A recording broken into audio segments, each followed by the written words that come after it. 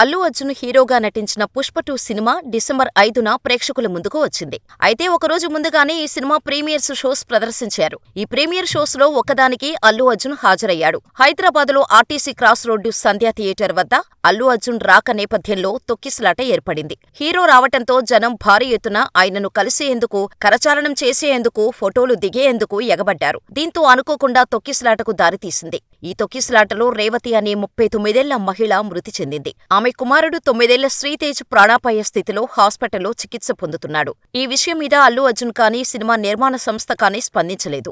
కానీ విమర్శల నేపథ్యంలో మైత్రి మూవీ మేకర్స్ సంస్థ ఈ విషయం మీద సోషల్ మీడియా వేదికగా స్పందించింది. నిన్న రాత్రి జరిగిన సంఘటన హృదయ విదారకరమైంది. తాము చాలా బాధపడుతున్నామని పేర్కొన్నారు. హాస్పిటల్లో చికిత్స పొందుతున్న ఈ బాలుడు గురించి మేమంతా ఆలోచిస్తున్నాం. ఆ బాలుడు గురించి ప్రార్థనలు చేస్తున్నామని వెల్లడించారు. ఈ విపత్కర సమయంలో వారికి అన్ని విధాలుగా అండగా ఉంటూ సపోర్ట్ అందించేందుకు మేము సిద్ధంగా ఉన్నామని మైత్రి మూవీ మేకర్స్ సంస్థ ప్రకటించింది. కానీ ఇప్పటికే ఈ వ్యవహారంలో అల్లు అర్జున్ మీద, నిర్మాతల మీద కేసు నమోదు చేయాలని కాంగ్రెస్ బహిష్కృత నేత బక్కా జట్సన్ హైకోర్టులో పిటిషన్ దాఖలు చేశారు.